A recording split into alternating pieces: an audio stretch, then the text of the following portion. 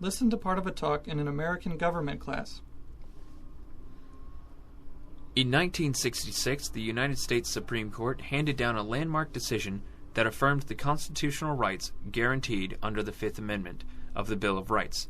That case was Miranda versus Arizona. Who remembers what the Fifth Amendment is? The Fifth Amendment protects somebody suspected of a crime from incriminating themselves. So, if you commit a crime and you don't have a lawyer with you, you don't have to talk to police or answer their questions if you don't want to, and the government must give you a lawyer if you can't afford one. The Miranda versus Arizona involves the case of a man, Miranda, who was arrested for kidnapping and rape. After police arrested him, he made a confession of his guilt without being informed of his constitutional rights. When he went to jail, the only evidence the government's lawyers gave was Miranda's confession of guilt. Miranda was convicted and sentenced to jail, but he appealed to the Supreme Court.